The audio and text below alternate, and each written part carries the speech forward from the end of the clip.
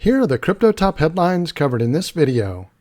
SEC files final response in Ripple XRP case. Next, SEC's Gary Gensler gets irked being asked about crypto. Also, traders rush to short Ether as Grayscale pulls its futures ETF plan. Welcome to Crypto Top Headlines, where there's no clickbait thumbnails or titles, and no speeches on my opinions. Just bringing crypto's news to you. We have a quick request that doesn't cost you anything in order to help. Help us grow this channel to 1,000 subscribers by September, which would be our channel's 1-year anniversary. All we ask is that you click on the like and subscribe buttons as well as the notification bell. By clicking on these, it does help grow the channel, so thank you in advance for doing so. Now, on to these headlines. Our first top headline, XRP files final response in Ripple XRP case. The SEC argues that Ripple's claims do not negate the need for injunctions to prevent future violations. Ripple Labs and the United States Securities and Exchange Commission have made significant progress in their legal battle, with the SEC filing its final reply in the lawsuit's remedies stage. In its recent response to the remedies brief, the SEC challenged Ripple's insistence that the blockchain startup acted without recklessness and that there should be no widespread uncertainty about the legal status of XRP, despite the court previously rejecting this fair notice defense. The SEC also maintains its stance on whether Ripple will likely engage in similar actions in the future, even though Ripple has not violated any rules since the XRP lawsuit was initiated in 2020. According to the remedies brief, Ripple has tried to downplay its liability while highlighting its cooperation with the SEC since the 2013 XRP initial coin offering. However, the SEC emphasized that according to the law, even if Ripple had refrained from violations since 2020, another breach is still possible. The SEC argues that Ripple's assurances about changing its behavior post-lawsuit do not justify avoiding injunctions. According to the SEC, Ripple's claims of the following legal guidance and restructuring future XRP sales based on the lawsuit's order are misleading. The SEC contends that Ripple misinterprets the order and fails to accept its implications for compliance. The reply refutes Ripple's assertions about conducting sales outside the U.S. and to accredited investors, as these defenses were abandoned during summary judgment. Additionally, Ripple's claims of contract changes for on-demand liquidity sales are dismissed, as these contracts already lacked certain restrictions identified as violations. Ultimately, the SEC argues that Ripple's assertions do not negate the need for injunctions to prevent future violations. Responding to the SEC's reply in the remedies brief, Ripple's chief legal officer, Stuart Alderoty, commented that the SEC's reputation continues to decline. He highlighted that international financial regulators with robust crypto licensing frameworks might be surprised that the SEC regard its efforts as akin to issuing fishing licenses. Alderoty criticized the SEC for not consistently applying the law. He expressed optimism about resolving the XRP lawsuit.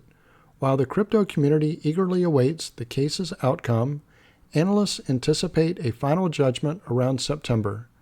Ripple is set to introduce XRP-L enterprise solutions to the Japanese market through a strategic partnership with Tokyo-based consulting firm HashKey-DX.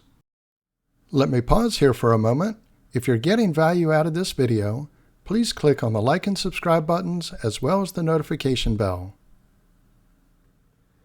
Our next top headline, SEC's Gary Gensler gets irked being asked about crypto. SEC Chair Gary Gensler says he gets an outsized ratio of questions about crypto despite its relatively small size compared to the overall financial market. The chair of the United States Securities and Exchange Commission, Gary Gensler, appears to be getting fed up with answering questions about crypto recently commenting he receives an outsized ratio of questions about it compared to traditional finance. Crypto is a small piece of our overall markets, Gensler said on CNBC's Squawk Box on May 7th, responding to a question on where the SEC's priorities lie.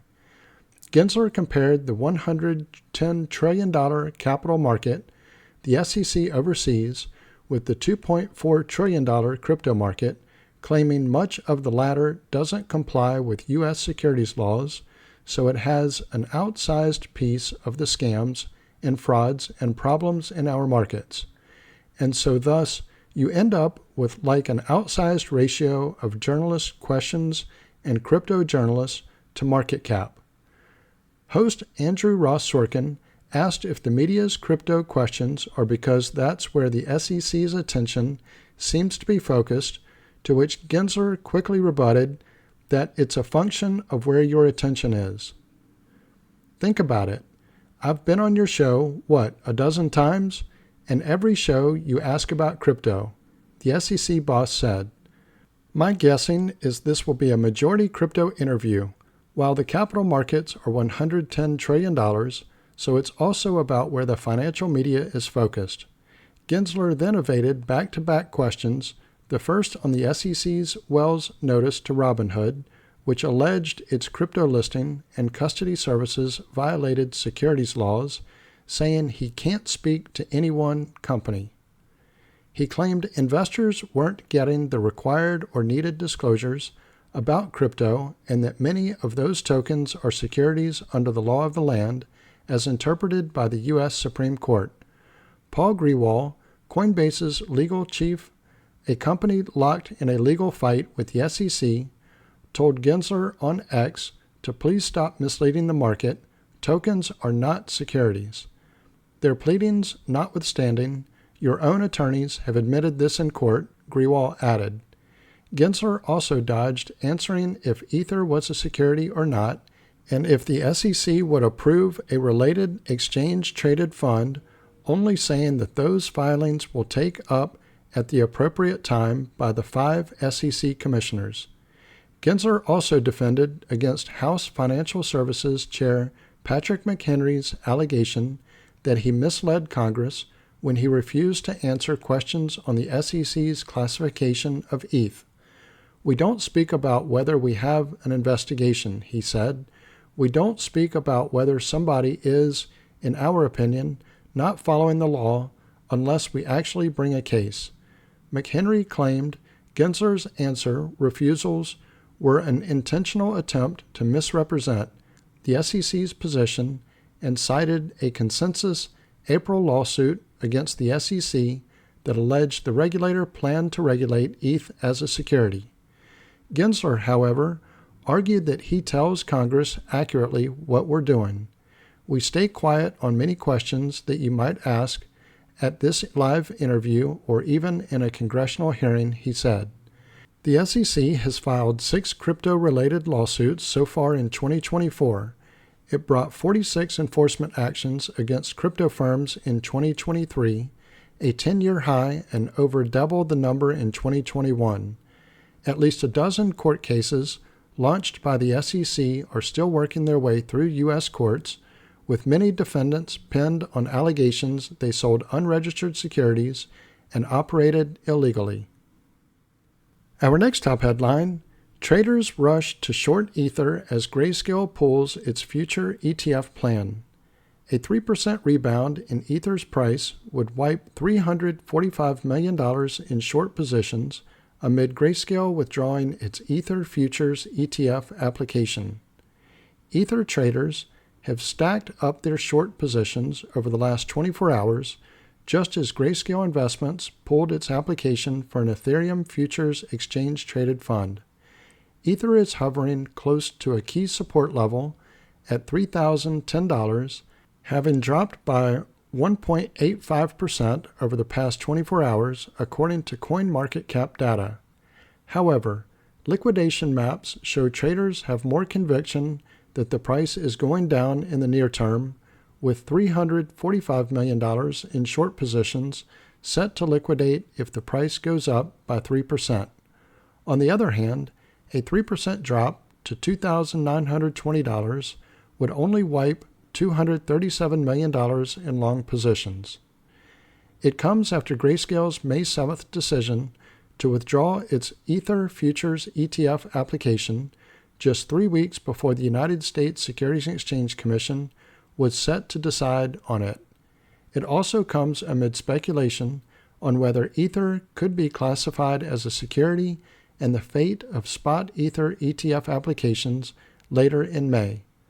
Despite optimism earlier in the year, analysts are becoming increasingly doubtful about the chances of the SEC approving a spot Ether ETF as the next May 23rd deadline approaches. The sentiment among the crypto community is similar. According to the New York-based crypto predictions platform, Polymarket, 92% of participants believe the spot Ether ETFs will be denied.